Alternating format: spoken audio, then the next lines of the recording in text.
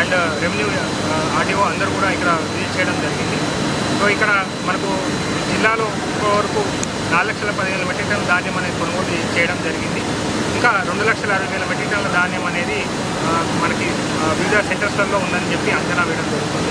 So దీన్ని తొందరగా unloading చేసుకోవడానికి, అట్లాగే మిల్స్ దగ్గర కూడా మిల్లెట్స్ని కూడా వాళ్ళకి వచ్చి ఫిజికల్గా వెరిఫికేషన్ చేయడానికి ఈరోజు ఇక్కడికి నేను ఎస్పీ గారు అందరి టీమ్స్ అలా రావడం జరిగింది. ఇక్కడికి వచ్చిన తర్వాత కూడా మిల్లెట్స్కు సంబంధించినటువంటి దాంట్లో మిర్యాలగూడ అసోసియేషన్ వాళ్ళు అండ్ సెక్రటరీ వాళ్ళందరూ కూడా ఇక్కడ ధాన్యం అనేది ఇక్కడ private purchase and government purchase అనేది రెండు కూడా మనకు జరుగుతూ ఉన్నది. సో అసోసియేషన్కి అట్లాగే మిల్లర్స్ కూడా వాళ్ళకి చెప్పడం జరిగింది 80% కూడా ప్రభుత్వానికి సాయం చేయాలి అండ్ ప్రభుత్వానికి సంబంధించినటువంటి ప్యాడీని ఫస్ట్ ప్రయారిటీ ఇచ్చి వాటన్నింటినీ కూడా దిగుమతి చేసుకొని మిల్లర్ రిక్వైర్మెంట్ అనేది వెంటనే ఇచ్చినట్టయితే రైతులకి తొందరగా పూర్తి చేసుకోవడానికి వీలవుతుంది. ఇక్కడ అన్లోడింగ్ డిలే అయ్యే కొద్దీ మనకు లారీస్ యొక్క రొటేషన్ అనేది సెంటర్స్లో మనకు ఇబ్బందికరమైన పరిస్థితి ఏర్పడుతుంది. కాబట్టి లారీ రొటేషన్ ఎంత వీలైతే అంత చేయాలని చెప్పి మేము ఈ సందర్భంగా ఈ ప్రయత్నం చేస్తున్నాము.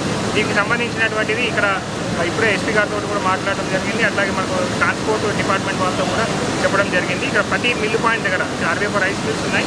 ప్రతి ఒక్క మిల్లు పాయింట్ దగ్గర ఒక ఆఫీసర్ని, సీనియర్ ఆఫీసర్ని పెడుతున్నాము. అట్లాగే ఎవ్రీ 5-6 రైస్ మిల్స్ కూడా ఒక తహసీల్దార్ని ఆఫీస్ ఇన్ఛార్జ్గా పెట్టి ఇక్కడ మొత్తం అంతా అన్లోడింగ్ అనేది వితిన్ 12 అవర్స్కి మించకుండా అన్లోడింగ్ చేసి తిరిగి సెంటర్స్కి వెళ్ళే విధంగా ఒక ప్లాన్ ఆఫ్ యాక్షన్ అనేది రూపొందించడం జరుగుతుంది. ఇక్కడ కూడా ప్రైవేట్ పర్చేజెస్ అనేది ఒక 10 days వాళ్ళు హోల్డ్లో పెడితే మనకు ఇక్కడ ఉన్నటువంటి ప్యాడీ మ్యాక్సిమం మనము అన్లోడ్ చేసుకొని రైతులకి ఎటువంటి ఇబ్బంది కలగకుండా ఈ ధాన్యం కొనుగోళ్ళని పూర్తి చేయడానికి అవకాశం అనేది లభిస్తుంది. ఇప్పటికే మనకు జిల్లాలో మన 4 లక్షల అంటే 62% ప్రొక్యూర్మెంట్ కంప్లీట్ చేశాము. ఒక 38% ఉన్నది. ఈ 38% కూడా త్వరగా కంప్లీట్ చేసి రైతులకు ఇబ్బంది కలగకుండా చేయడానికి ప్రయత్నం చేస్తున్నాము. సెంటర్ ఇన్ఛార్జ్లలో కూడా సెంటర్ ఇన్ఛార్జెస్కి అండ్ అట్లాగే మిగతా ప్రొక్యూరింగ్ ఏజెన్సీ కూడా వాళ్ళు కూడా ఎప్పటికప్పుడు ఆదేశాలు జారీ చేస్తున్నాం. రైతులందరూ కూడా ఎవరు కూడా మనకు కొనుగోలు జరగట్లేదని చెప్పేసి బాధపడాల్సిన అవసరం లేదు. కొనుగోలు వేగవంతం చేయడానికి ప్రభుత్వం కూడా అన్ని రకాలైన ఆదేశాలు జారీ చేశారు.